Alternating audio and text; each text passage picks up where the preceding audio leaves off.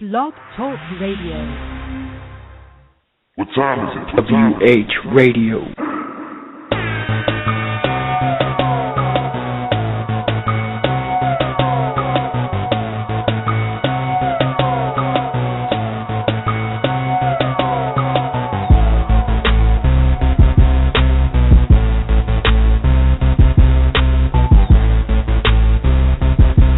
We are the best in the world at what we do. Welcome back, ladies and gentlemen, to WrestlingHeads Radio. I am Skits, and it feels good to be back on the show. And I'm live here with my co-hosts, Oscar and Tom. What is going on, gentlemen? Oh, my God, you're back. Man, welcome back. Who's back Can again? I get a welcome back chat? Back. Welcome back. Skits is back. Tell a friend. Yeah. Yeah, man.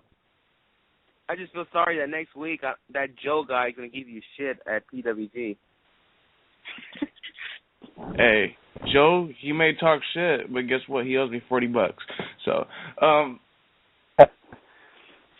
for all you guys that like don't know who Joe is a PWG regular. Me and him made a bet in the regular season that Adrian Gonzalez would have more home runs than Brandon Belt, and the Dodgers would win the division. That's what Oscar's talking about. And so he owes me $40 basically, but that's another story for another day. Let's talk some professional wrestling. How about that? Yep. So there's a lot of shit that happened this week. Where are you going to start off, man? Well, actually, before we got on air, Tom brought up how this Friday on SmackDown is going to be their 15th anniversary show, which is a pretty it's looking like it's going to be a big deal. A lot of folks coming back. By the looks of it, I'm by reading spoilers. So people do not want to know about spoilers. I didn't read all of it, but The Rock will be there again, and it's looking like they're teasing a Triple H versus Rock match. I don't know too much on it yet because I haven't seen it, but will I like to see it again? Depends on what pay-per-view it's at. Well, so I know I read that thing as well, but I think saying maybe possibly WrestleMania, which I'm kind of like fine with it, to be honest with you, because we haven't seen them when at it since I'll say since the year 2000, and might as well have them go at it, What's your thoughts on this, Tom? Of The Rock possibly going against Triple H and for like I don't know what time, but I know they had some classics back in the days for the IC title ladder match at SummerSlam 98, yeah. It was 98. But this is I found it really interesting that when I heard about this, because for a couple of reasons. Number one, I wouldn't expect The Rock and Triple H to be facing off, in 2000. Well, it's going to be 2015 when WrestleMania comes around. And number two, with Sting coming into the WWE, obviously his first choice to face at WrestleMania is The Undertaker. But he said if he couldn't face him, he'd want to face Triple H. So if Undertaker can't compete at WrestleMania and Triple H is going against The Rock, where does that leave Mr. Sting?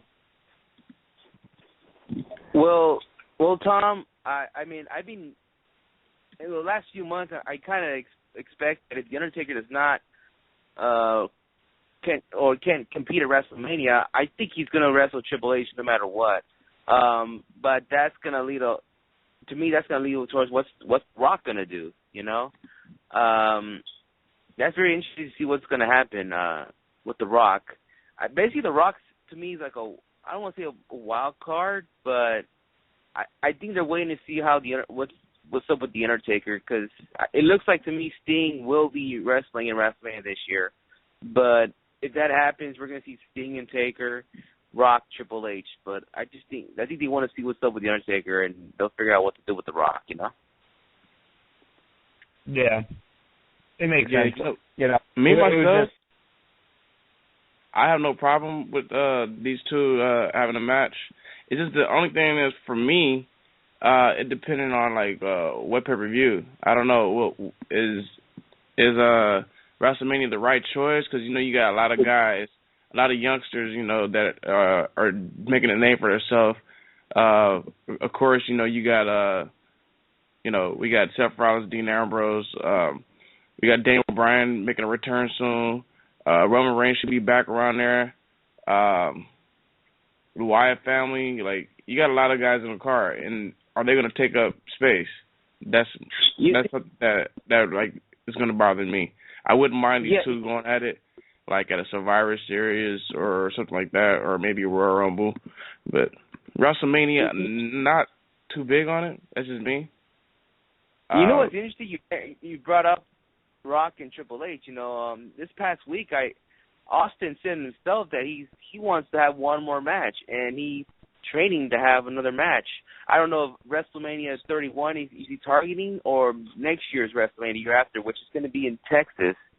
So that's another person.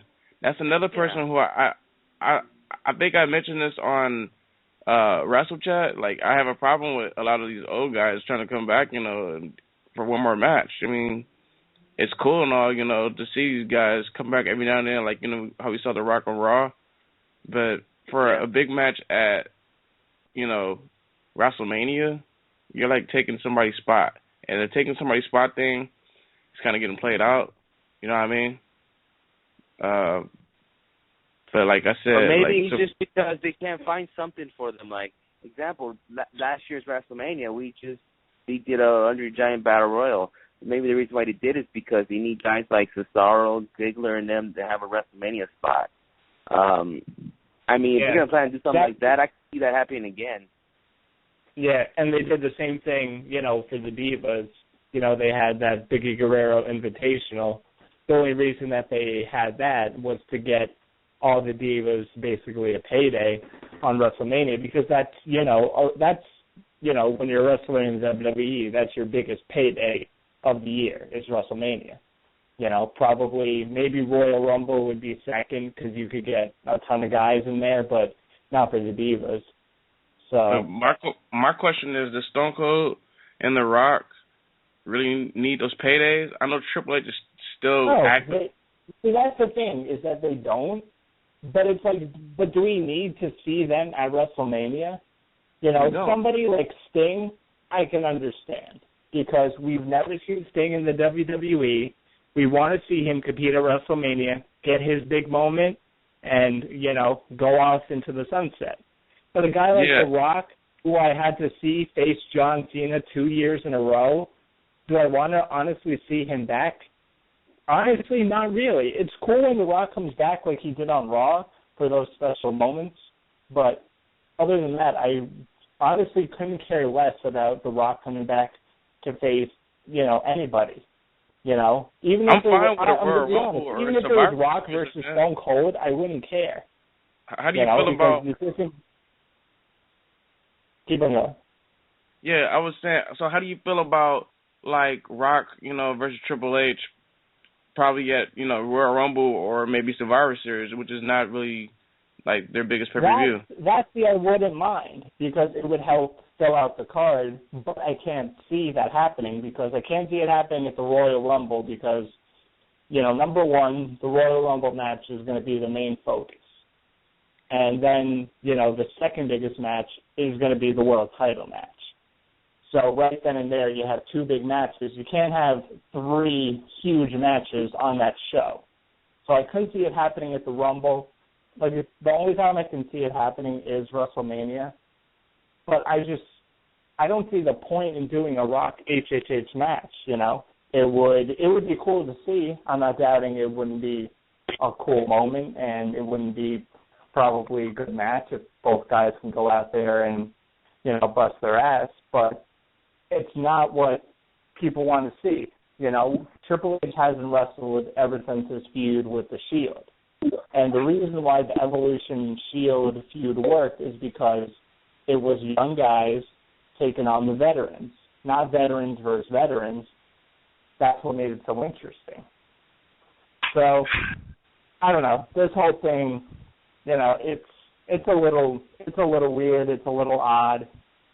But, you know, as they always say every year with WrestleMania, plans change by the month. They change by the week, actually. You know what's funny? I saw a tweet that when Austin said that he would want to come back for one more match, someone said, "Oh yeah, Austin Rock 4 at WrestleMania 31," which I'm hoping they don't do that because who want to see another Austin Rock match? Seriously. Going back, what you guys think? Why you think Austin might want to come back? Well, maybe because he really wants to end it in a good way. This last match against The Rock, he was not, you know, physically there, and I feel like he didn't want it. He didn't, put it this way, probably a month before that match, he didn't know that was going to be his last match until probably like the day before or a week before, you know. I don't think he really wants to end it that way. So if anything, maybe he was waiting for the right time and maybe for the right opponent. To me, if Austin would want to come back, I'd rather it's too late. Someone. Huh? I'm gonna tell you why it's too late. They had a good moment for Steve, you know, to wrestle Punk. You know, when Punk was active, I think that was the right moment. You know, to have, you know, the beer drinking, you know, flipping off people, you know, guy going against the straight edge guy. That would have been great. But it's too late now. Yeah, but if you remember, it's like I started hearing those rumors in Austin Punk matches since when Punk was the WWE champion. At the time, he was fighting with Jericho, so he had Jericho already in the books. The year after, he wrestled Taker, so pretty much Austin was busy, Punk was busy, so I don't want to see it was too late. But if anything, if I want to see Austin return to the ring, he's got to be somebody in the current roster, like a Seth Rollins or maybe even a Randy Orton. So it has to be a young guy who can carry him. Because I don't think no. You know, honestly, Austin has never been the same ever since he broke his neck already, and you know that was well into the Attitude Era. So even in the Attitude Era, you know, Austin wasn't in his peak, you know, performance, and he was just getting worse by the years. So if he did come back, it would have to be by somebody who would be able to carry the in-ring work for him, because you know Austin can control a crowd like nobody else. But when you're in there doing a match, you know, you need a young guy to kind of set the pace and keep things going and keep things interesting. So I'm going to tell you like it is, Tom. I'm going to tell you like this. Just like I said, like, last week, it's 2014. I love you, Steve Austin, but stick to the podcast. Rock, stick to making the movies, being a fucking millionaire. And let's just stick to watching these young guys. He's making a lot of money. I think I just read today from the Observer report that The Rock, I think, is supposed to make like $52 million this year. That's what. So I think Rock's doing pretty good for himself. Yeah, just like I said, Rock needs to stick to making the movies, and Stone Cold needs to stick to, you know, doing his podcast and do whatever he does on his ranch. Like, their days are over. I love them though. You know, they were definitely my favorites back in the days. I get what you're saying, Skid, but I'm not because Stone Cold's my favorite wrestler of all time. It's just that I feel like if he's a guy, he deserved a final moment. If he had like how he ended at WrestleMania, well, WrestleMania 19, but maybe he did not end it. But if you think about it, Austin brought back wrestling, you know, how it was during that time. You know, when Hogan left WCW, wrestling was like in the mid-90s with NWO, then you have Austin coming in. Those guys made wrestling cool again since the 80s, you know. I mean, so let's be honest, it wasn't just Austin. The NWO started that whole thing of wrestling being cool again because, you know, you read countless stories of people saying that there were people who weren't even close to wrestling fans, but when they saw the NWO, they started watching. Yeah. So I think, you know, as much as Steve Austin's made an impact on the business, the NWO by far, I think, made wrestling cool. But let me ask you, Dom. Let me ask you a question. Who draw more, Austin or the NWO? Well, that depends. I mean, it's two different things. What they did with the NWO was so short-lived. Well, they started it, and then it kind of got ridiculous within a little bit. But if you look at what the NWO did, the NWO almost put the WWE out of business. That is how popular they were. Yeah. But that's not my point, guys. My whole point is Steve Austin doesn't need to come back to wrestle again, to be honest with you. It's 2014. But Austin's a different name. He just wants one match. He's not saying, I want to come back another 5 more matches. Look, come on. He's the top draw in WWE history. Okay, he's the top draw. Why not, if he asks for one more match, can he do it? There's guys in the locker room, in the current roster, like Seth Rollins or Cesaro, will love to get in the ring with Steve Austin. So if Austin says he wants to have one more match, I'm fine with it. I mean, I understand what you're saying. You want guys like Seth Rollins, Cesaro, Bo Dallas, Bray Wyatt to get their WrestleMania spot. I understand that. But this is Steve Austin here. I know it's 2014, but if he wants one more match, I'm fine with it. But he comes out again saying, okay, I will have another match at WrestleMania, then I'm going to have a problem with it. So, I mean, Austin's the biggest draw in WWE history. I think he has the right to get a spot, no matter what anybody says.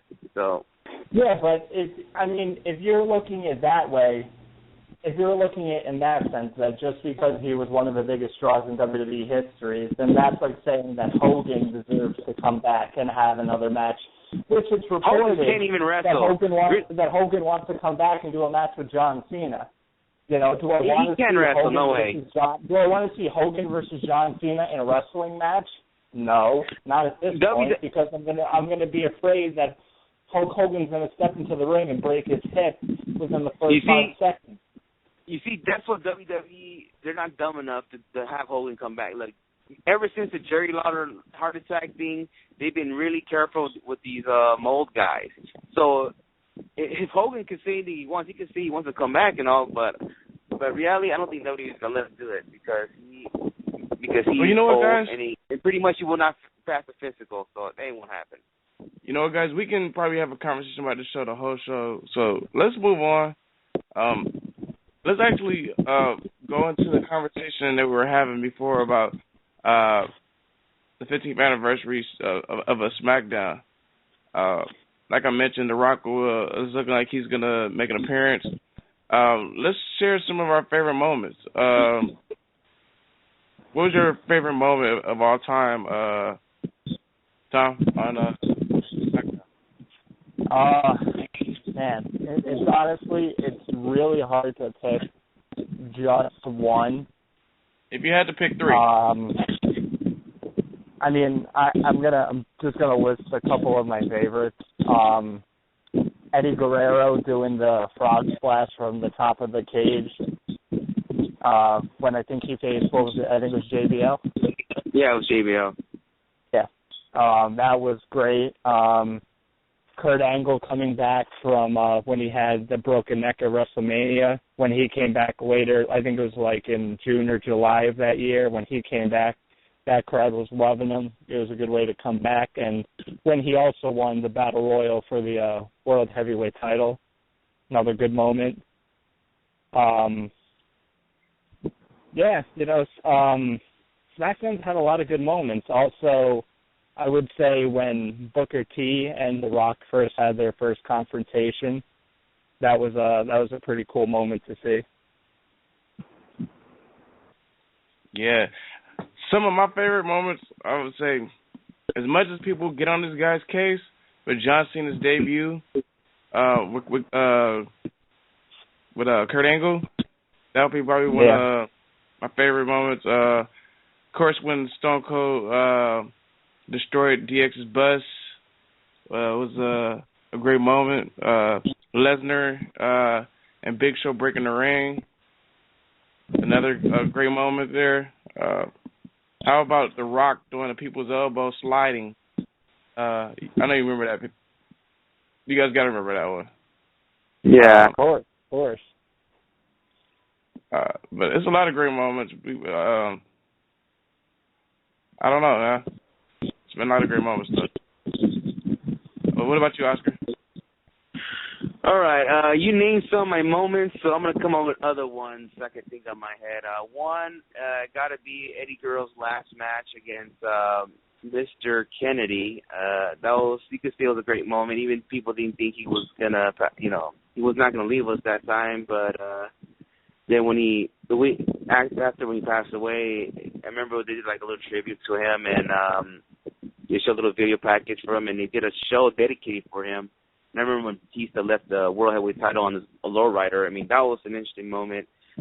Great match in the end, though. If you guys remember, the main event was Chris Benoit against Triple H.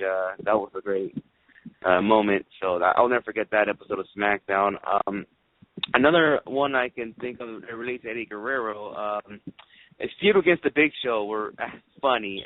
Remember when Eddie Guerrero gave Big Show some burritos, and then the Big Show had a match with somebody, ended up having diarrhea during the match, and he had to run to the bathroom. Yeah, and another time, I think it was a week later, freaking Eddie Guerrero, he fucking shoot manure all over the Big Show. So that was classic. That was a classic rivalry between Guerrero and the Big Show. I'm trying to think of early moments from SmackDown. It was funny. I did watch the first episode of SmackDown, which Tess proposed to Stephanie McMahon, and Stephanie accepted. So that, you can say that was a cool moment. I guess that's from the early SmackDown. There was a lot of freaking moments I could think of from SmackDown. Paul Bearer returning. Remember when Paul Bearer returned when Kane opened the casket and Paul Bearer returned, and the Undertaker, if you guys remember, the Undertaker felt weak at one point until Paul Bearer came back with the urn, and he came back as the dead man, Undertaker. So that was the cool moment. And you were just talking about early SmackDown moments, and one I just thought of, I don't know if you guys remember this, but it was when Rhino gored Chris Jericho through the SmackDown. It's what's funny? I was actually waiting for Oscar to finish talking, and I was going to mention that.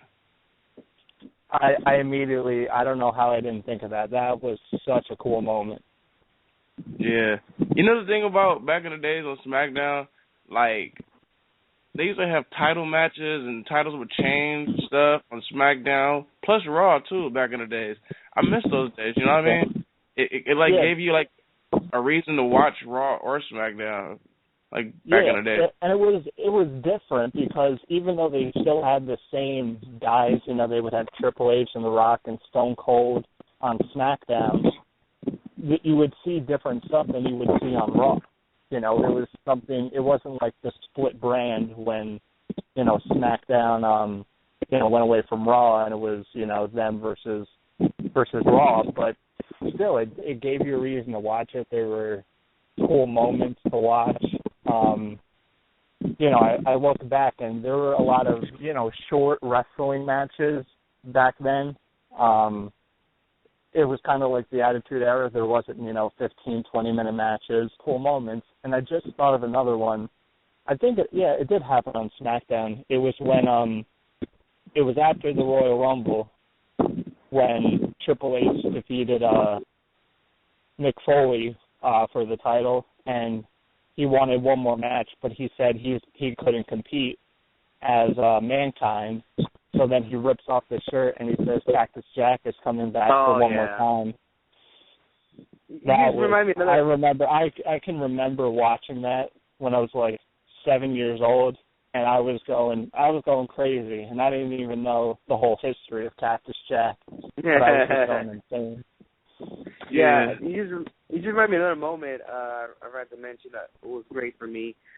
Jeff Hardy's last appearance in the WWE, I was actually so happy that he was leaving because, I was getting tired of him, freaking drug addict. Back then, he was a drug addict. So when CM Punk beat him in that cage match, and Jeff Hardy had his goodbye speech. It was so awesome when Jeff Hardy was already in the ramp already. CM Punk came out of nowhere and hit Jeff Hardy in the head with the freaking world title. I was like, classic, sweet, you know. I mean, that was a great moment. Then a week later, CM Punk came out dressed like Jeff Hardy with the makeup. That was great. That was classic heel CM Punk. Yes, that was the heel CM Punk there. So that was awesome. That was awesome, and 15 years. Wow, I just can't believe it's been 15 years for SmackDown. I just thought, I remember you know 15 what? years ago. You got to remember, guys, the name SmackDown, the show definitely had to be after The Rock, because remember The Rock used to mention, he always used to mention Land of SmackDown a lot on his promos, and then he got his own show. So how about? And also, I want to share one more moment. I want to share one more moment, and then we can move on. How about that promo with The Rock and Lillian Garcia in the backstage? Oh, and that was probably one of the funniest promos I've seen with The Rock and Lillian. Before we move on, you gotta give props to WWE. 15 years of SmackDown. It's making another 15 years, and I can remember 15 years ago I said, fucking WWF, man, they're trying to fucking rip off WCW with Thunder. Now they got their own Thursday night show. What the fuck they're doing? But look, 15 years later, you know, there's no more WCW. If you want to go there, SmackDown is way better than Thunder. I don't remember one good match on Thunder, to be honest with you. Hey, well, that's another. Thunder had some cool moments, I think, early on. But once they got into like 98, 99, Thunder just it wasn't like when it first debuted. You know, when they first debuted that, it was something different. It was another WCW show. It was something new. It was another way to do more storylines and stuff, and it was good. I go back to watch some old Thunder. You know, I can't remember exact moments, you know, watching it as a kid because, you know, I was really young. So, but I go back. They had some cool moments early on, but it just kind of fizzled out. If you look back in those days, man, like having a show on a Thursday night was like for wrestling. I was like, really? Because back in those days, you could only watch wrestling either Monday night, Saturday morning, or Sunday in a pay-per-view. So that's pretty much it. But you're having a Thursday night, that's like, all right, cool. I don't have to wait for the weekend or Monday to watch wrestling. Don't forget, they also had, you know, I think they still had Superstars around at that time. Superstars is classic, dude. Man, you're over here making reminiscent shit, bro. Superstars is classic. Superstars has some classic moments too. But we could definitely save that conversation for another day. Also, I was going to throw out, because Bound for Glory is this weekend, I believe. Yes, it is, on the 11th, right? Yep. It's this weekend. Oscar, I know you were talking about Bound for Glory earlier. You want to talk to us about that, or give our listeners... Go ahead. Yeah, well, I just want to say that before we talk about Bound for Glory, I just want to say this year's Bound for Glory, I have to say, it has to be the worst Bound for Glory. You can say TNA did not promote it that well. I feel like this should have been like the WrestleMania pay-per-view, but they didn't really promote it well.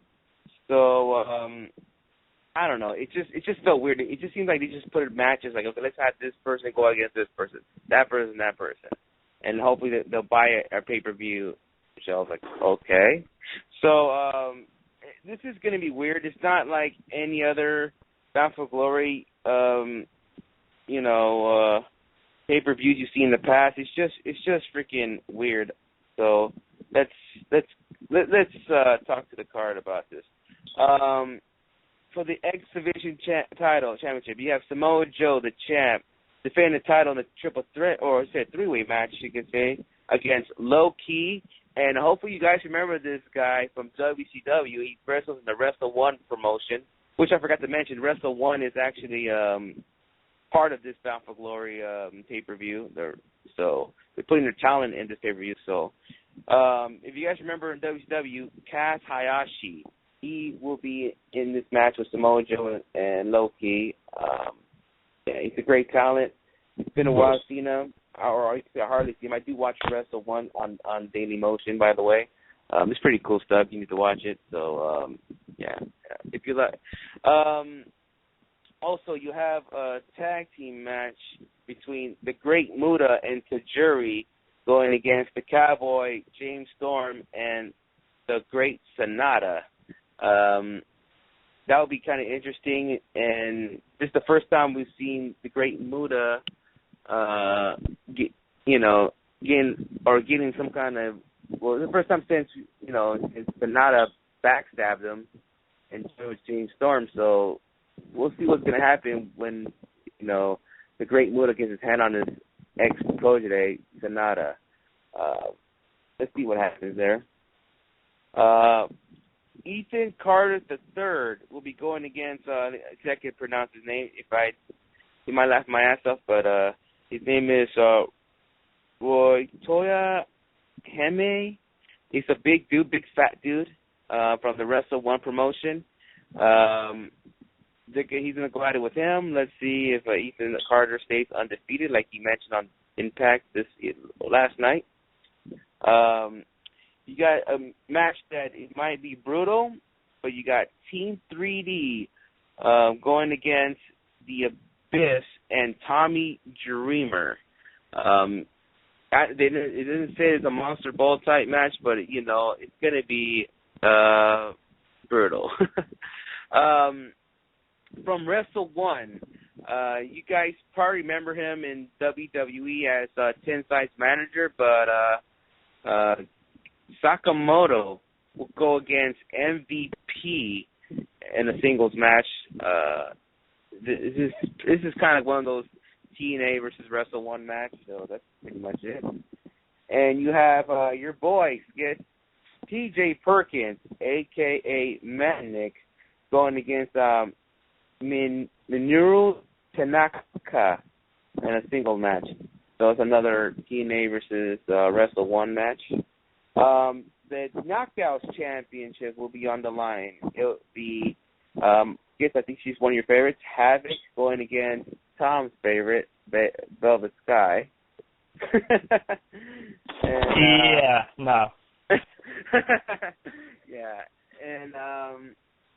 And last but not least, this is going to be it's a tag match from these guys are from Wrestle 1. Andy Wu and El Hijo de Pantera versus I cannot pronounce his name, Novice and Kodama. So yeah, that's the card right there. Yeah, that's the card right there for Bound for Glory. Yeah, if you guys want to watch it, you can order it on pay-per-view. And hopefully it's better than the show that me and Skiz went last year at San Diego. Doesn't sound any better. I wanted to low-key talk about TJ Perkins, a.k.a. Manic, real quick, because I've heard a lot of great things lately about him. I know I haven't been watching TNA lately, but I know you have. And if anybody can co-sign that TJ's character is doing so well right now, can you co-sign for me? Well, I want to say, let's put it this way. He's a heel now. James Storm to a different person, you can say. He changed his uniform. He still wears the mask, but you can see his hair and stuff. So, I don't want to say like it got better. You can say I don't know. It's too early to say if he got better, but he's still going in the ring. It's different. Yeah, it's different. And you know what? At least he's on TV. So. Yeah, true. Remember, he was not on TV for 6 months. Now they got something for him. He's going to be pretty much he's James Storm's lackey, you can say. Yeah.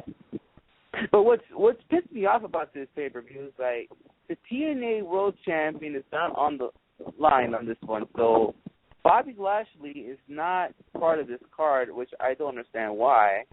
And we don't have that. Didn't Bobby Roode actually win the title?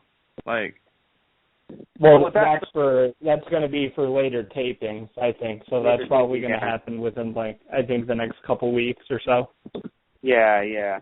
But I mean, for this pay-per-view, I don't know why you don't have him on there. You don't have Bobby Roode on here. I don't know why you don't have Austin Aries here. So no Hardy Boys, no Wolves on. Well, the Wolves, they didn't put the Wolves in there, but the Hardys, I understand why, because I believe Jeff Hardy cannot leave the United States because of his drug problems he had in the past, so he can't leave the United States. So you can scratch Jeff Hardy. I've been hearing a lot of stuff about I was just listing off people. I think obviously Jeff Hardy wasn't supposed to be on there, but no Wolves. I mean, the Wolves are your hottest, they're your tag team champions. They just got done with a huge feud against Team 3D and the Hardys, and it's supposedly your biggest pay-per-view of the year, and you don't have these guys on there. I know, right? Yeah, and it's funny that we mentioned, how in the past WWE tag team division sucks. What about TNA tag team division? You just have to put in the Wolves against Team 3D and the Hardys, who were doing their thing back in the day, 15 years ago. So who else you could put in the Wolves? What, Romance? Yeah, I mean, the Bromans aren't even on that card. But, I don't like the Bromans, but they are an entertaining tag team. And I think Robbie and Jesse have both become way better wrestlers, especially Jesse, a guy that, was on a reality show and turned into a wrestler. He's improved. He's better than The Miz. So, they're obviously, that, heel tag team that I think TNA needs because, I mean, if you look at their tag division, who are their heel tag teams? It's the Bromans. That's it. They're the only one, pretty much, unless they want to fucking make King and MVP go after the tag belts or some shit, Maybe. Yeah. But so, very, very lackluster card from TNA.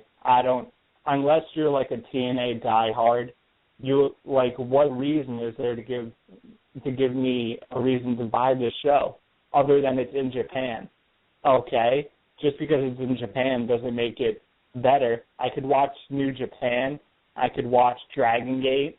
There's two companies right there that I would rather watch over, TNA right now. And it's not like Wrestle One is this big promotion, in Japan. They're basically an indie company of Japan. Yeah. So, well, you could say that, but they do have big names. You got Muda there, you got Kaz Hayashi there. So yeah, I mean, there's indie companies in the United States that get so-called big names. Okay. Well, so, I want to go back on somebody's name that you guys mentioned. I don't know how true this is, but I'm hearing stuff about Austin Aries. Looks like he might not resign. I don't know how true it is, but word of mouth, from hearing people talk, I don't know how true it is, but we'll have to see what's going on with that. I'm hearing about that too as well. I mean, if Austin Aries want to leave TNA, I don't I have nothing against him. He wants to be interested what he will do because I don't think Ring of Honor will bring him back because I believe he left in Ring of Honor in bad terms. I believe so. Yeah, he's kind of on the same boat as Davey Richards, where he kind of burned his bridges with Ring of Honor, and Austin Aries is a hell of a talent. He's one of the best right now, but with his age and I hate to say it, but with his size, I don't see WWE signing a guy who's, in his mid-30s, to a developmental contract, and I'm sure he wouldn't want that. I mean, whatever happens with Aries, I just hope, everything goes well for him because he's a great wrestler and he doesn't deserve to be wrestling in a bad promotion. You know what I mean? He needs to be on TV or something. Maybe he'll be in the upcoming Lucha Underground to see how they do. So we'll see what happens. Never know. And if he doesn't re-sign with TNA, maybe you guys would get Austin Aries back in PWG. Well, I can see that happening. Sure. I can see that happening for sure. We'll see. I mean, I'd rather for him to be on TV, honestly.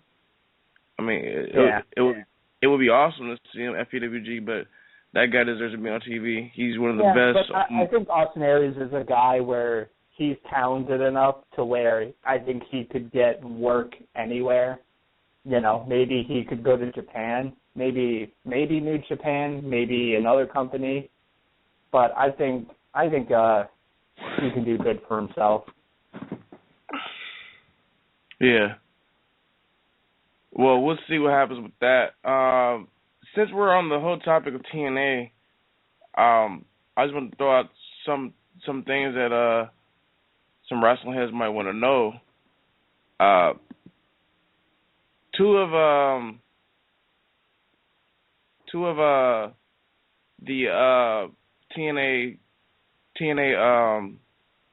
guys on the TNA roster, which is Davey Richards and Eddie Edwards, they're going to return to AAW on November 7th. So look out for that. And I know they'll be going against the Juicy Product on October 25th. So Eddie and Davey definitely doing big things right now. Heading back to AAW, which AAW is awesome, by the way. So if you haven't seen AAW, I really think you should go check it out. Wrestling Heads.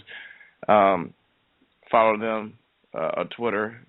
All you gotta do is type in AAW and it should pop up. I want to say they're located in like the Chicago area. Yeah, Illinois. Yeah. You're there. Yeah, so people should check them out. It's a couple more matches that's going on, guys, that I want to share with some of the wrestling heads that we could probably talk about too. Okay. Matt Sydal will be going against Adam Cole, baby, part of the Reloaded tour at Ring of Honor on October 25th.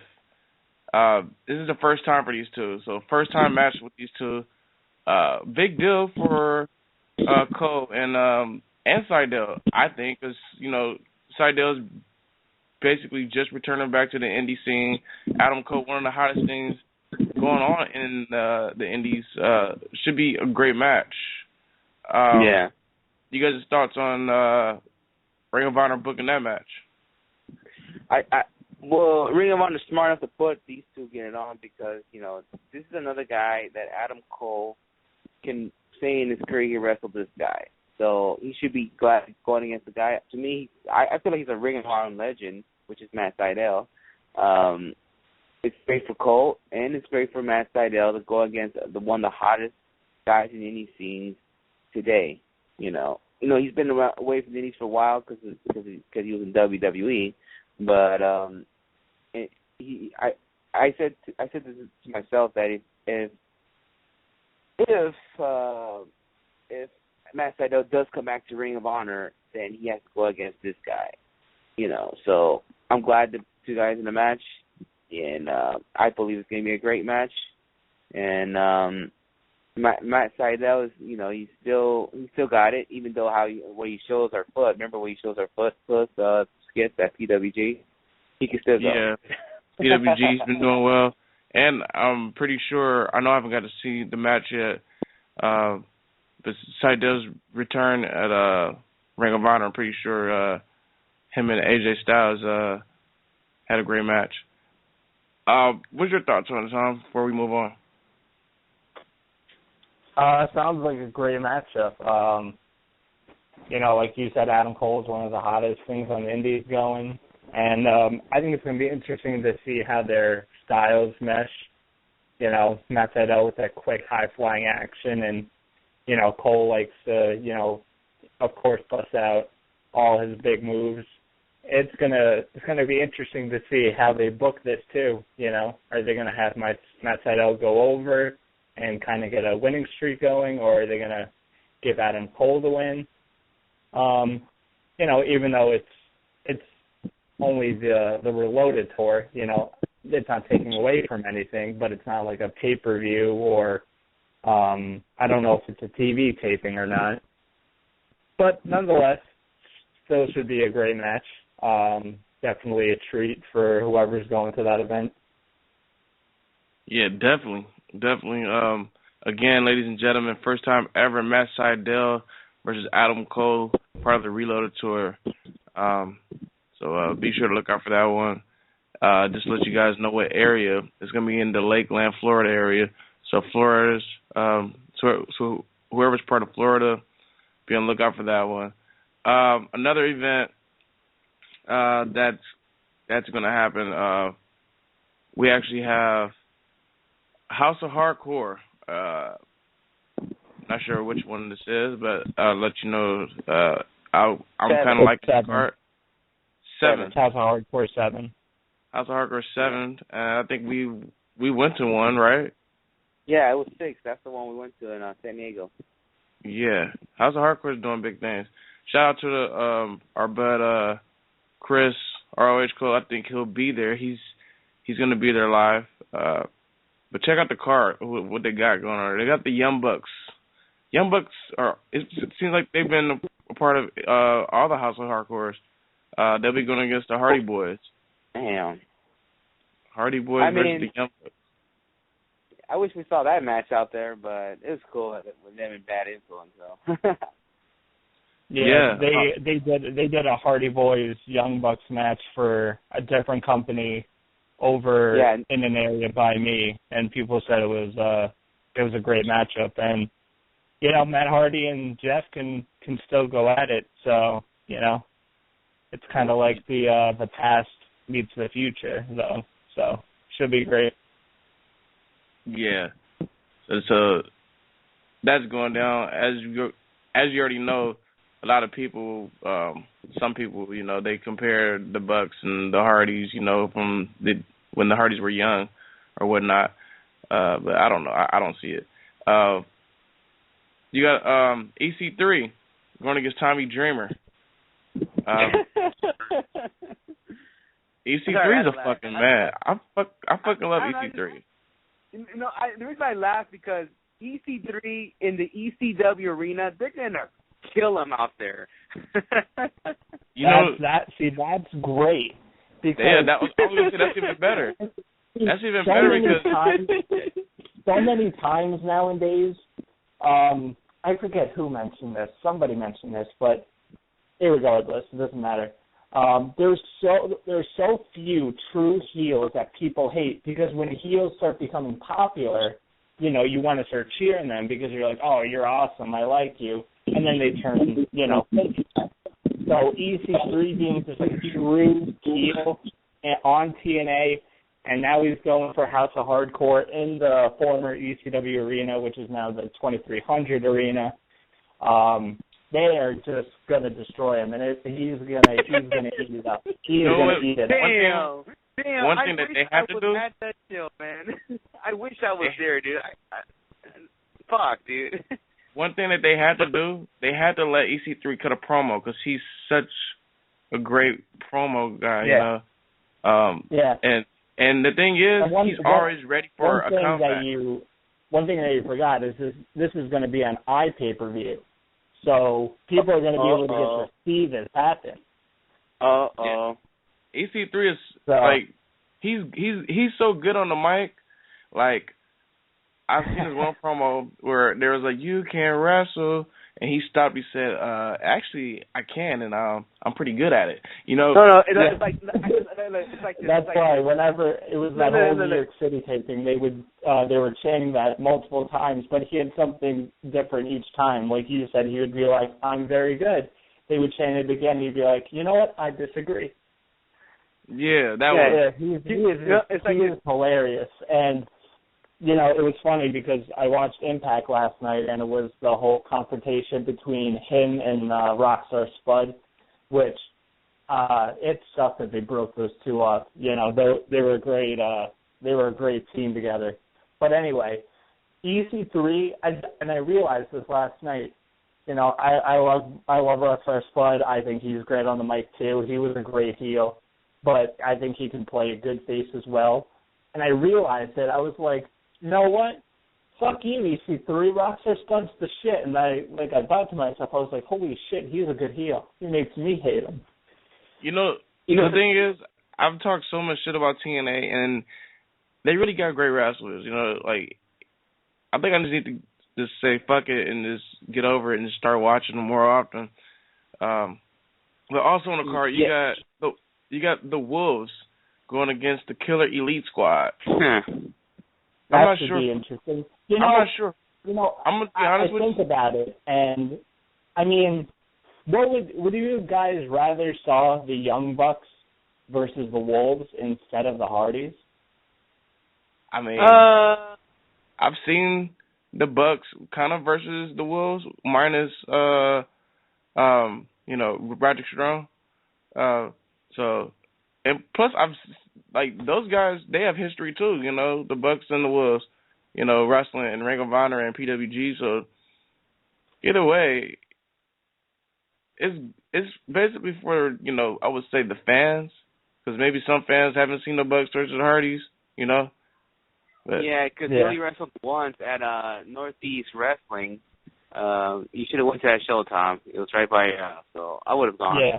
But I guess if you get another opportunity to watch the Hardys and the Young Bucks get at it, so I kind of understand if I ever do, you'll be seeing me in the crowd chanting, "Let's go Young Bucks." Yeah, I can see you clapping when they come out with that Hanson music. Boom bop.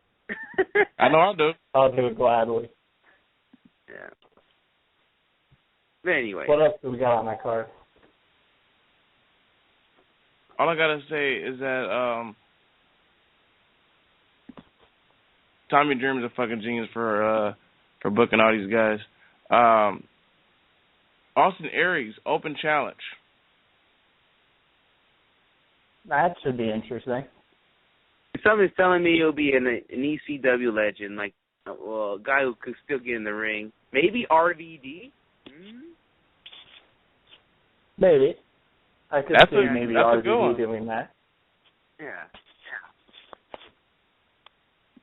But because if RVD comes out, it's so cool to see Aries doing stuff like this too. So. Well, I swear to God, if RVD comes out, people are going to go crazy in that building. They might chant RVD the whole entire damn match. It's going to be amazing. Yeah, so I was thinking, maybe they'll chant RVD, but it is in Philly, and it's House of Hardcore, so you might hear whole fucking show. Whole fucking show. Yeah, you're right. Shit's crazy, bro. Look at this. You got the Young Bucks. You got the Hardy Boys. You got EC3, Tommy Dreamer. You got Davey Richards and Eddie. You got the Killer Elite Squad. New Japan guys is on fucking card. Come on, guys. Yeah. Awesome, the Aries. And it says plus more. This is probably one of the best House of Hardcore cards I've seen so far. Damn, I feel like it's going to be on pay-per-view. iPay-per-view. Yeah, it's going to be an iPay-per-view, and I think Tommy Dreamer announced that this is going to be Beulah, so, yeah. Too bad she maybe doesn't look give good her like she was one back last in pile driver. Yeah, too bad she doesn't look good like I used to look back in ECW days, but, yeah. But anyways, I think I said this in the past. I think I actually mentioned it when we were discussing House of Hardcore when you guys went, and we discussed it before you guys actually attended the event. I don't like all these kind of ECW nostalgic, type of promotions that try to just feed off the past. But with Tommy Dreamer's House of Hardcore, I mean, he's just doing something, first of all, he gets guys good paydays because House of Hardcore draws. So he's getting guys good paydays. he shows off a lot of young stars too. You know, obviously he gets big indie names, but you know, he brings in some fresh talent too. And you know, Tommy Dreamer I think knows what he's doing, and he books good cards. And I've gone back and looked at some of the older House of Hardcores, and they had some good cards too. You know, so I don't think Tommy Dreamer is just feeding off, you know, ECW nostalgia. I think he's just kind of integrating a little bit of the old ECW with what's going on today. Yeah, I agree with you there. And the guys learned a lot from Paul. So yeah, he did. And another thing, I am so jealous of the people in Philadelphia that's going to go to this show, because I feel like this show is going to be better than the one that me and you went at, the one in San Diego. So even though we had a good time there in San Diego, but this show, man. It looks like you're going to have to be jealous of Chris, because he'll be there. Fuck him. Yeah, fuck you, Chris. You know what? If Chris is listening, I don't know if he is, but he needs to call back into the show, because I know we're all missing him getting into arguments with me, because, you know, that was always fun. Just say Bo Dallas is better than Nakamura. They'd be like, oh, fuck that shit. I can't even say that, because that's Nakamura. He's Swagzuke. I would probably have to kill you, Tom, if you ever said that. No, you can't do Swagzuke. He's the best. So say Santino's better than Nakamura. Oh. See, I right. can't do that. Nakamura is even too good for me to even joke about something like that. All right, let's move on, guys. There's some more matches that have been booked in the indie world. October 25th at XWA, JT Dunn, the Juice himself, will be going on. He will be going against Johnny Gargano. So that's going to be going on at XWA. Shout out to JT Dunn. Got to bring him back on the show. Yes. And bring his boy David Starr with him too. So that's going on for all you indie heads out there. Yeah. Also, just before you move on, I wanted to see what you guys thought of this, because I know me and Oscar and Mr. Matt Grant talked about it. Actually, Skits, we talked about it too. Beyond Wrestling, of course, you know, they had to cancel their Make It Move show a while back, a couple weeks ago. They just announced that they're coming back November 29th and the 30th for 2 big shows in Rhode Island. So Beyond Wrestling is coming back. So good news to hear from them. And the Bucks got booked for their big tournament that they got going on. Yeah, the Young Bucks going to Beyond Wrestling. Yeah. Man, shout out to those dudes we had over there in PWG Skits, those guys, Beyond Wrestling regulars. Man, those guys are pretty cool. Yeah. He even said, you guys come down to Rhode Island, we'll party and shit. Like, all right. or in Boston. So, hey, we got invited for something out there. Yeah, but that's definitely good for Beyond, who's definitely one of the top elite indie promotions out there. Heard a lot of great things. They book a lot of great matches, and there's a lot of free matches too. Dude, I remember watching Beyond Wrestling when it seems like it was just like a promotion where all of them just got together and said, hey, fuck it, let's just wrestle, you know? Just fuck it. You know, that's how, there was no crowd or nothing. The wrestlers were the crowd. I mean, from watching from that to how it is now is fucking awesome, you know? Yep. Yeah. Beyond's got some shit going on. Look out for that, people. Also, where we at? I just lost where I was. Let me have to see Tom? Nah. You were talking about XWA, I think. JT Dunn against Johnny Gargano. Yeah, I already announced that, so people look out for that one. But December, I know this is early, But December 5th, Christmas Vacation. 2CW, Richie Swann and AR Fox will be going against the Young Bucks. Spot Fest. It's going to be awesome. And you said this is 2CW? Yep. That should be a no contender match against the winner against the Dudleys. So. Yeah, definitely. And you know it's going to be probably one of the matches of the night, hands down. Yeah, definitely. You put in Rich Swann, AR Fox against the Bucks, which I say I see something like that before in PWG, but I think it was a triple threat match, not no. Well, it was AR Fox and Samurai Del Sol taking on the Young Bucks. I mean, that's the only thing I can think that came close to this. You know what I was thinking about? I was just thinking about Ricochet, Swan versus the Bucks versus who's the other team? Oh, Elgin. I was thinking it was Michael Elgin and Cage. Because I was thinking, because I remember when the Bucks kicked AR Fox in the face and then his mouth guard came out. We thought it was a tooth. I was like, holy shit! I thought that was maybe the Bucks against Swan and Fox. Remember, there was a point they were teaming up because Ricochet was not showing up. So,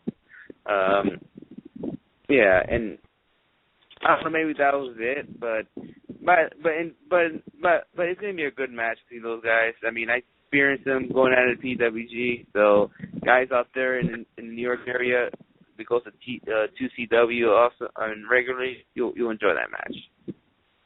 Yeah, 2CW. I've been when I was up in college, because it's way up north. It's in like close to Canada area up there. I went to a couple 2CW shows and they always put on great shows. You know, I think they're extremely underrated and overlooked. I don't think they get enough hype as much as they should. They put on great matches. A lot of people, you know, Kevin Steen actually once said it's kind of like the PWG of the East.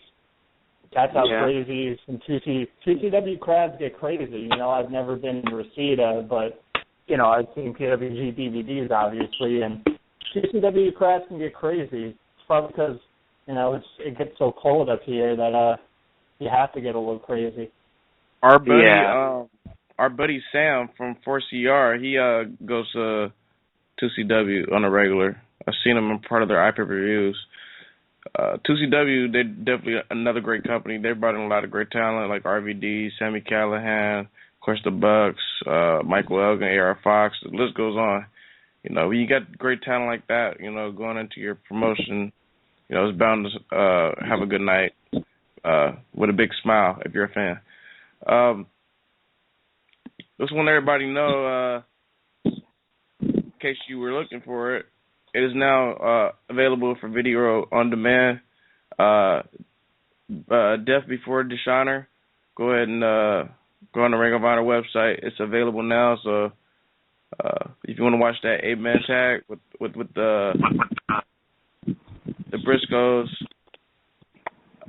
Bad Influence, the Bucks, Red Dragon, you know where to find it. It's available now. And before Oscar kills me, you want to go ahead and correct me on their name? What name? I said Bad Influence. Oh, the Addiction. The Addiction. Oscar might kill me, so. Well, yeah, I'll kill you later, man. But I got one more match, or one more thing I want to announce about some something that's going on in Smash Wrestling. Rhino will be returning to Smash Wrestling, so it looks like Rhino's coming back to the indie scene big. You know, he's going back to Ring of Honor for the Mike Bennett Bachelor Party.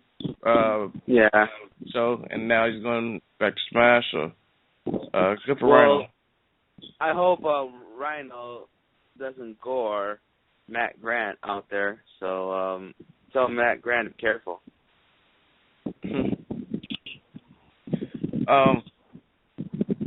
Let's take a quick break, and we'll come back and talk some more wrestling here on WH Radio. Four Corners Radio is the home for the best professional wrestling and independent wrestling. Discussions and coverage. Billy, Ant, Martin, and Sam bring you three of the best podcasts every week.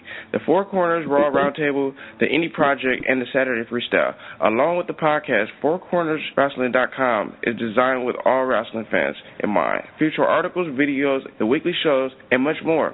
Four Corners and Wrestling Heads are teaming up to bring you wrestling's next revolution. Are you ready? We're back. WH Radio. I am Stitz. That is Oscar, and that's Tom. And I got some news, ladies and gentlemen. My boy Oscar wants to talk about some wrestling cares. Go for it, buddy. Yes. Wrestling Cares, Race for the Ring 2. That's coming up in January of this year in Southgate, California. Just to let you know, in case you missed a past show from us or anything, but this Wrestling Care show is a little different than the past. It's going to be a back-to-back show in January 23rd and 24th of 2015. First night it's going to be a ladies tournament, and the next night will be a tag team tournament, which I got some updates I'd like to share with you guys in. I know in the past I mentioned Hudson Envy was in this tournament, but for some reason they took her out. So now the tournament is not the full participants yet, but this is the updated so far. You got Kimura. She was Rosebud recently in the WWE with Adam Rose. She's going to be in the tournament. Also another ex-Rosebud, you could say, the Tora. She's like a luchador chick that wrestles with a mask on. She's going to be in this tournament. Name that you guys are very familiar with, Hana, the Howling Huntress. She's going to be in this tournament. She just had a match at FWE against Veda Scott just recently. And Skip thinks she's hot.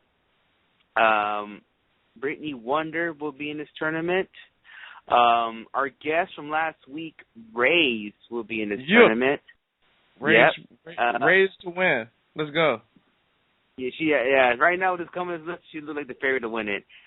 You also have Sage Sin. If you don't know who she is the daughter of ex-PW legend Supreme. She's going to be in the tournament. And right now, last but not least, this is the last one I can see in this list. Keiko Nakamura. She's a talent from the North Cal area. She's going to be in this tournament as well. And it says there'll be 3 more names to be announced for this tournament. And I forgot to mention, former WCW and TNA star Daphne will be the host for this show on for the ladies tournament. And I got a little update for the tag team tournament.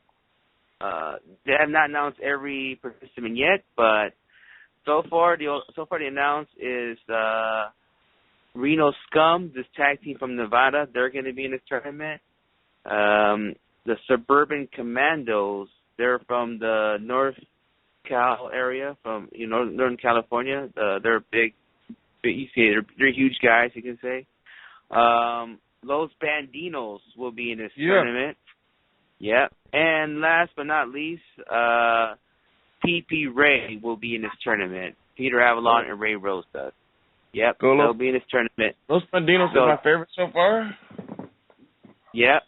And they're gonna announce more tag teams soon. I did request the Young Bucks. Let's see if they'll bring them on. And we'll see. But that's all so far I got for Wrestling Cares. For January 23rd and 24th in Southgate, California. If you're in the LA area, I recommend you guys to check this out. Or when it comes out on DVD, check them out. Or you know what? Check out their past stuff. Go to Wrestling Cares website.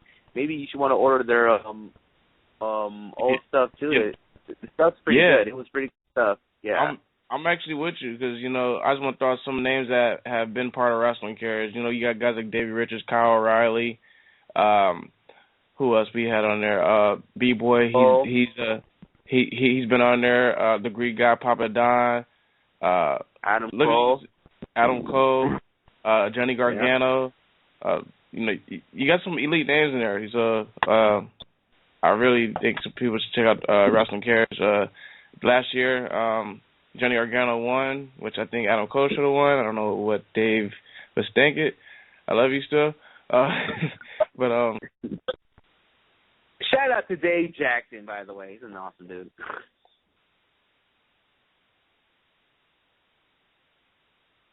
But anyways, I don't know why we're all silent. I don't know what just happened. He just went silent. Oh, yeah, because fucking Skype was a kick or Blog Talk. One of these shits want to fuck up. Anyways, I'm back. I said a shout out. I just said a shout out to Dave Jackson. He's a cool ass dude, and hopefully we can see him soon, man. Yeah, we gotta get Dave Jackson back on here to talk to him. You know, about Wrestling Cares. That's always fun talking to him. Yeah. Oh well. Yeah, we will get him back on here. We'll get him back on here. You know what? Speaking of David Jackson, I think he's probably the only promoter that's been on WH Radio more than any other one. Okay. Yeah. We should do that. Yeah. But let's move on. What you got, Tom? Not much on my end. I was actually just checking out a picture on Twitter of Mr. Hideo Itami in a Bullet Club shirt. Yeah, so, I saw that earlier. He's hanging out with Mr. Prince Devitt, Finn Balor. You know, and, obviously it's funny Hideo Itami is a Bullet Club fan. I was this close from asking, like, who is that? 'Cause I'm so used to hearing him by, the name Kenta. And I'm still trying to get used to those names. Get used to it, kid. Get used to it, kid. I mean, either way, we all know who they are. Well, because you're calling Daniel Bryan today, so we're gonna have to make you say Kenta's new name, Hideo Itami. Hideo Itami. I'm going to say like 50 times so you get it right. Just say that when you're in front of the mirror like 100 times, and you'll get used to it. Just come in the mirror and say, Hideo Itami. Kenta is way easier for me, so I'm going to just keep calling him Kenta. Who gives a shit what people think of him? That's it. But, Kenta, Hideo Itami, whatever you want to call him, he's rocking the Bullet Club. He's throwing his 2 sweets up. Hey, I'm already calling Prince Devitt Finn Balor already, so. Anyways, there's been some news about ex-WWE diva Medusa was hospitalized. Oh, shit. Yeah. She got in an accident in her monster truck so that sucks. Was she driving a monster truck? I'm thinking she was, if she was in an accident. Well, anything can happen. Someone could have ran her ass over the monster truck. Well, she does that now. She's part of the little monster truck business now. Yeah, so. She is one hell of a wrestler back in the day. I mean, at the time when she was in the WWE as Alundra Blaze, I was at that time in the mid-90s. I had no interest in women wrestling at all. I could give a shit at one point, I could care less about Bull Nakata and Bertha LeFay. But then when she started to leave, I started to get a feel for it. And then when she went to WCW, right after she fucking threw away the women's title on the trash, then I was like, okay, all right, some girls could kick ass, I guess. But I really felt like women could really do it until Trish and Lita came in. But, yeah, she was, by looking at her older stuff, like even ECW days, I mean, the girl could go, and fortunately it's sad to say she's not in the WWE Hall of Fame. I don't know why. She should be in there. Maybe WWE still bought her when she threw away the belt in the trash on WCW programming, but yeah, hopefully she does okay. Hope she has speedy recovery, and WWE put her in the fucking damn Hall of Fame already. Yeah. Some more news about the WWE. Chris Jericho, he will be returning to the WWE in November when they're overseas. So for all those Jericho-holics out there, and you're wondering where Chris Jericho is, he should be back soon. So be on the lookout for that. Hold on, are you saying he's going to do just house shows in overseas? I have no idea. That's all I know. He's returning. Well, I got some WWE news to tell you that relates them returning to Los Angeles. December 31st? Well, let's put it this way. They're going to be here in Los Angeles for a house show in December, which they're going to announce them returning for a pay-per-view event here in Los Angeles in the Staples Center on that house show. So I know that we all know now SummerSlam is going to New York, which Tom should go to.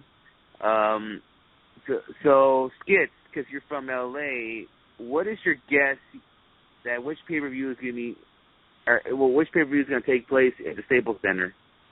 Okay, I have a question for you. Is it a original pay-per-view or is it one of these new ones? They haven't announced. I don't know. They didn't give us any clues or nothing. But if I have to guess, I'm going to say Money in the Bank. Money in the Bank would be bad. Money in the Bank would not be bad. I would love Money in the Bank at Staples Center. That would be dope. And it'll actually make Money in the Bank matter. I'm thinking maybe Money in the Bank or maybe Night of Champions. Maybe.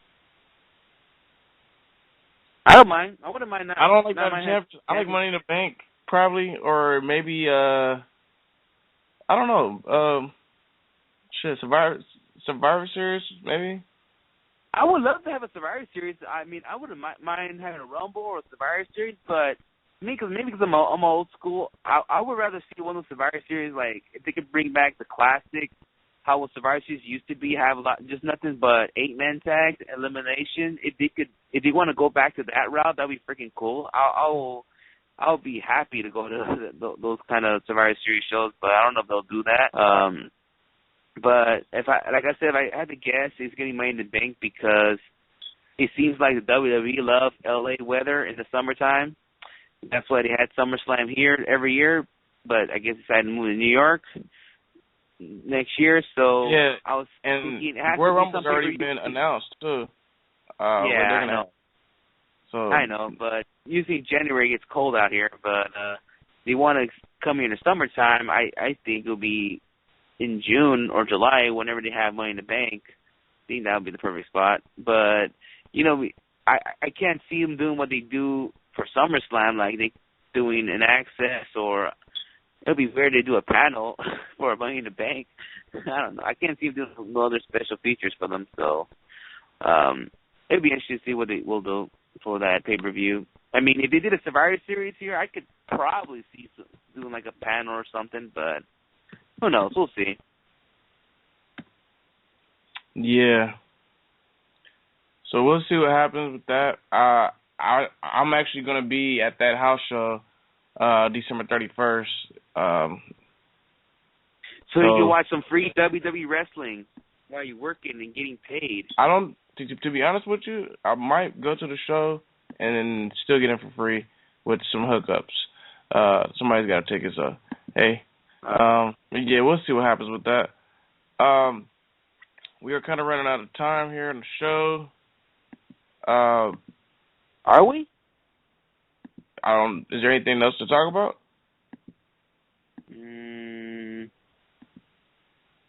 Probably Tom knows.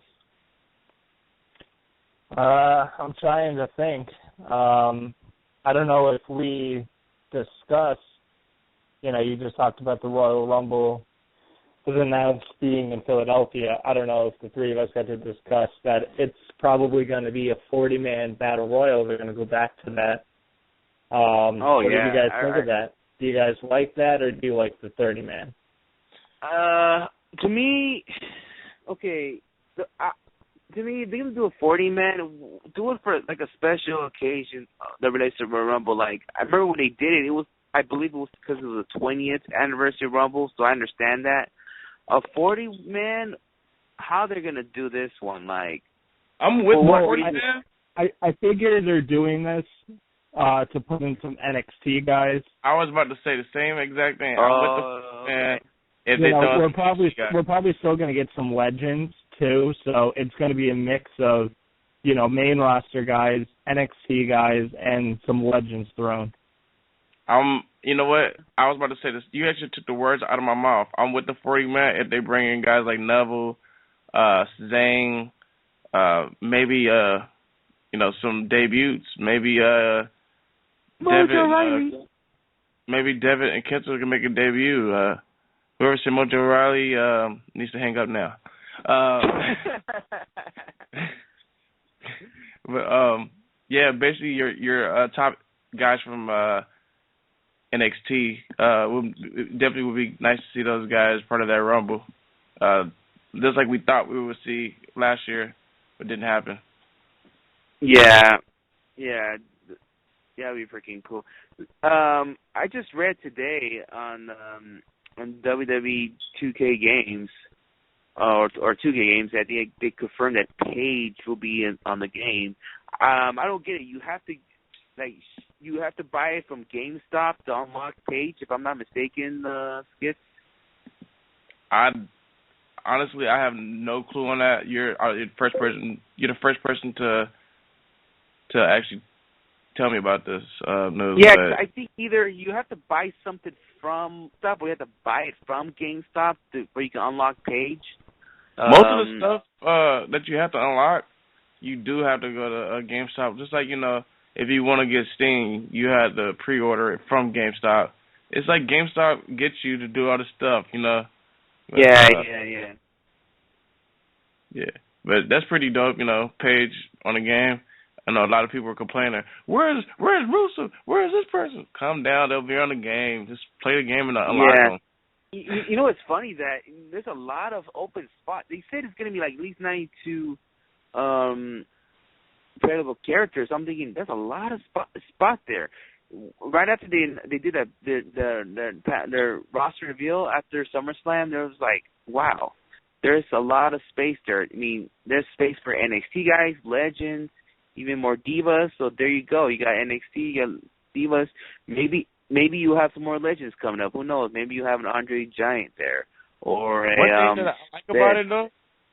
One thing that I like about it is that I saw like little previews. You start off at in the career mode as an NXT guy, and you got to get past guys like Xavier Woods and Bo Dallas and Sami Zayn and Neville. Like to get on the roster, then you become a mid-carder, and you'll either go after the IC title or the US title, which is pretty sweet. Then you got to get a fucking achievement for beating Cena. Yeah. But beat Cena. But like I said, WWE2K15 is coming out this month. If you're still on Xbox 360 or PS3, it'll be out next month. If you have the newer consoles, like me, interested to see Xbox One you have there. It's going to be interesting. This game's going to be great. I like the whole graphics they did. I mean, it's going to be freaking awesome. And to be honest with you, Oscar, for some reason, I think those graphics that you're seeing are on the new generation, like Xbox One or PS4. Yeah, I know. I kind of figure it's going to be not the 360, but it's going to be so cool, anyways. Yeah. What did you say? No, go ahead. I want to say, what's your guys' thoughts that one of you go ahead.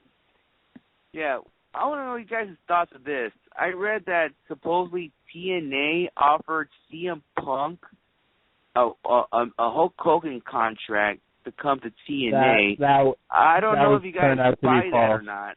You think it's false? That was turned out to be false. I went on PWIinsider.com, and Mike Johnson, who's one of the lead guys there, says he contacted people within TNA, and they could have just been lying, but they said that no offer was ever made to CM Punk. It could have just been, dirt sheets putting out rumors and stuff. Since we're on the CM Punk subject, he will be attending an OVW event. I guess watching it or whatever this weekend. So. Oh no, he went to see somebody. No, this is what happened. He was there, and I guess he wanted to see who the fuck? What's his face? He used to be Domino. Cliff Compton. Cliff Compton. Yeah. After his boy. Yeah, he went to go visit him, and he went to visit Rip Rogers. So, he has a great relationship with OVW. He was there before, and that OVW used to be the development company for WWE at one point. But he had a great time in OVW. Why not give him guys a visit out there? But to me, with the whole TNA thing, I mean, if CM Punk will ever appear outside of WWE, I don't think it'll be TNA. It has to be the two companies, either Ring of Honor. Well, actually, I'm at 3. Ring of Honor, OVW, or you can say Dragon Gate / Evolve. That's the only 3 companies I can see him appearing outside of WWE. And like I said about OVW, he has a great relationship with Rip Rogers and those guys. And also Ring of Honor, he has relationship there. He loves that company a lot. I mean, he will appear at Ring of Honor if he wants to, pretty much. They probably will work something out if he really wants to come back to Ring of Honor. And as for Dragon Gate and or Evolve, I know he has a great relationship with Gabe. So, I mean, if he wants to just appear, Gabe will let him in a heartbeat, or let him do it. So fuck it. He'll let him take over the show pretty much.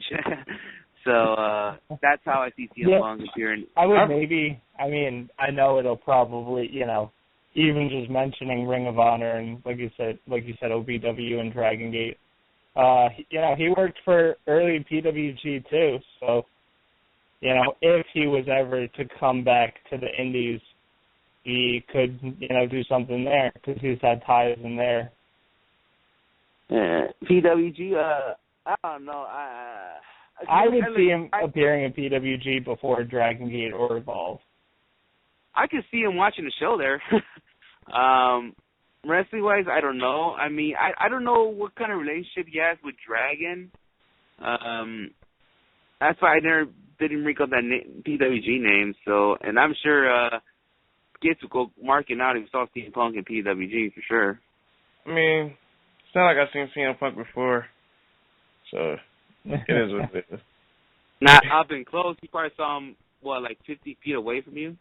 To be honest with you, I'm going to say like this. I'm a big CM Punk fan, but let CM Punk do him right now, and I'm pretty sure just like Stephanie McMahon said before on a WGN interview, never say never, of him returning back to the WWE.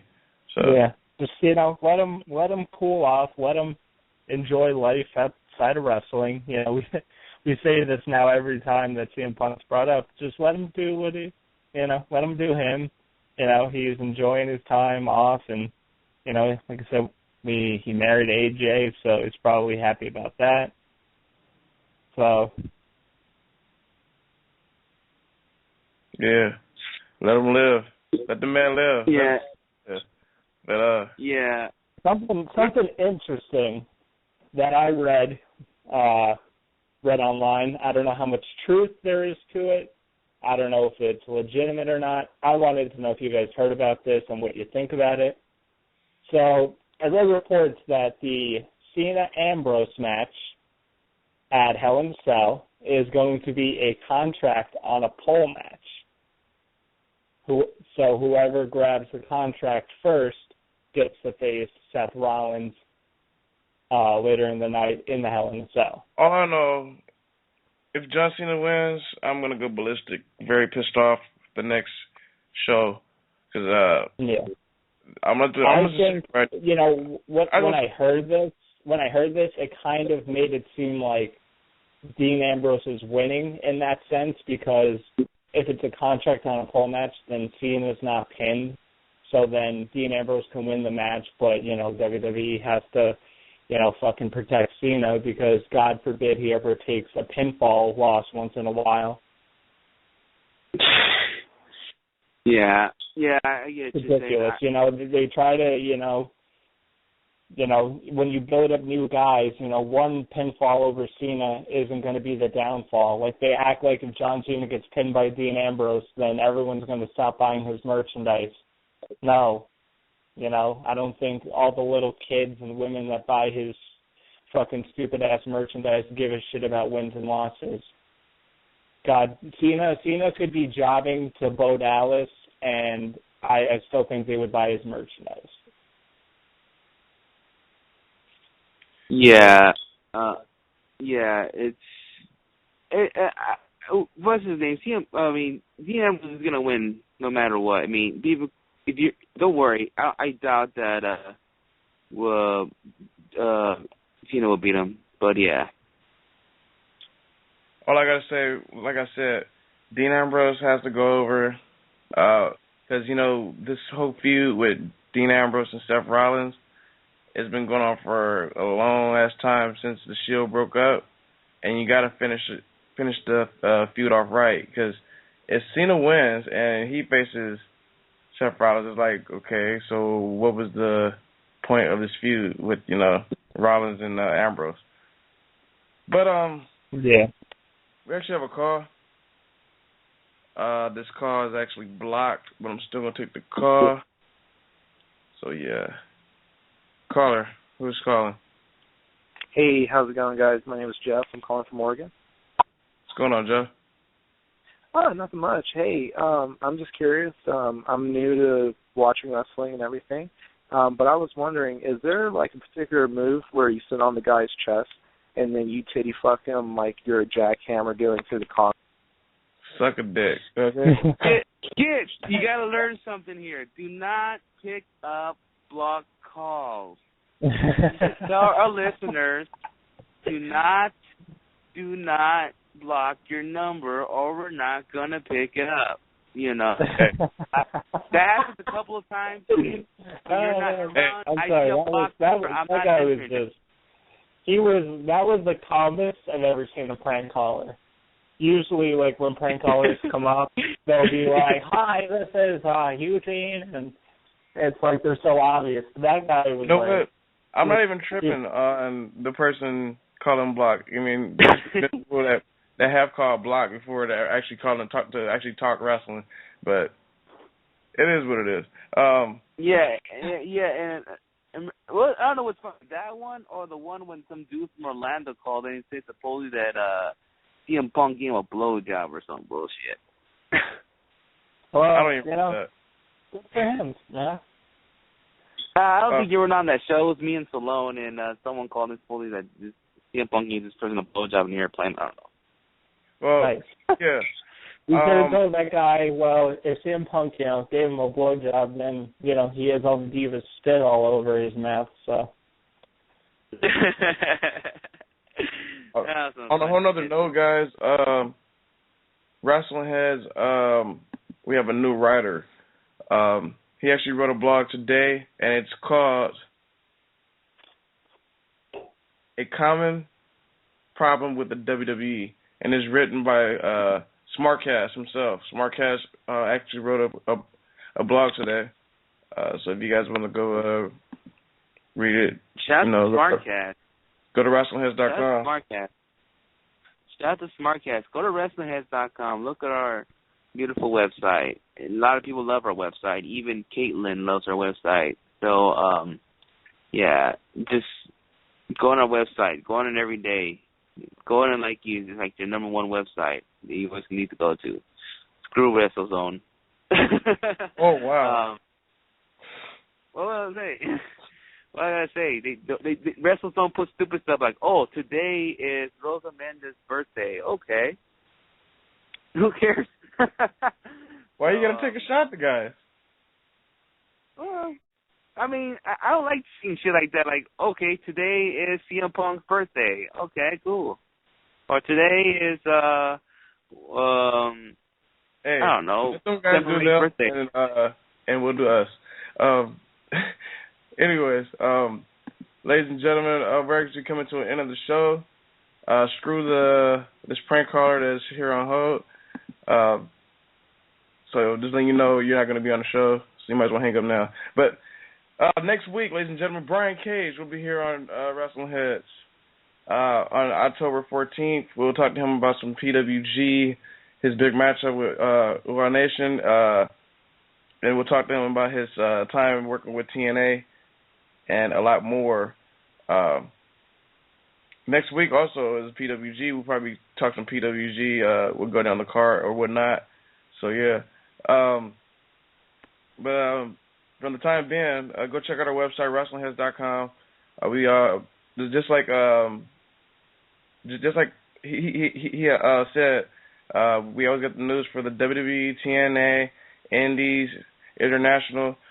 Speaking of international news, our boy Chris, he just did some stuff up there. He actually covered Wrestle One's tournament that those guys are having, and also he put some more results up. So go check it out. You can also find us on YouTube, youtube.com/WrestlingHeads. You want to check out that interview with the big man Moose. I just want to say, Oscar and Tom, great interview. I listened to it, loved it.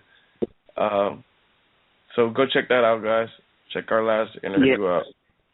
Yeah, subscribe us on YouTube. You can listen to Tom's sexy voice, and subscribe us on YouTube. Listen to our past interviews. Headbangers Thrasher, to Ray's, to Candice LeRae, and thank you guys for watching the Fleeza Sparks one. Fleeza Sparks keep going up and up and up. So, there's a lot of old past interviews. Now, I'm gonna put more past in the near future, like guys like Ryan Taylor and whatever we have. Maybe I'll put in Joey Ryan. We'll see. And all right, we're gonna continue on. We're gonna put more stuff on YouTube. Maybe we'll put like other stuff, like I don't know, we're online on PWG or something like that. We'll be like, Tom, get your ass over here. I'm trying to get over there. Like us on Facebook, facebook.com/WrestlingHeads. blogtalkradio.com/WrestlingHeads. You got all of our interviews on there. We're on iTunes too. Follow me at WH Skits. Follow us on Twitter at WrestlingHeads. And I'm gonna let you guys go pass out your stuff, and we're gonna head off air. All right. Before I give out my my plugs, I just want to say that tomorrow is Santino's show. It's going on in Bill Gardens, California. So if you're in the Los Angeles area, I will check that out. It'll be Willie Mack's last appearance there. You guys got like Eli Airfly against Jacob Diaz, and you guys got Reyes, who was our guest last week, going against Seville Alvarez.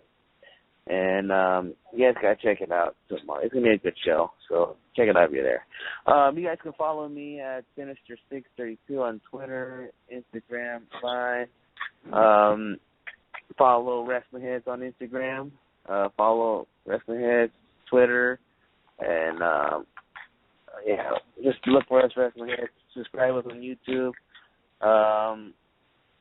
And I just want to say before we pass it the time, I feel like Wrestling Heads is getting better and better every week, especially with YouTube and iTunes. Subscribe us there, too.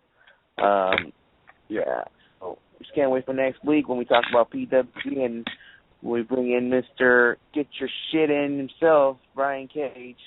And, it's going to be fun next week, bro. Yep, and you can follow me on Twitter at @ToTweetMe. that's the only social media I'm really on most of the time. So follow me there. Make sure to follow you back. Mr. F and Machine coming next week, so lock your doors, hide the kids, because he's going to get his shit in. Should be a good conversation, though. You know, I've listened to other conversations he's had. You know, he's I'm gonna try to on the get Weekly Brooks on Wrestling podcast, and he's just a chill dude, you know.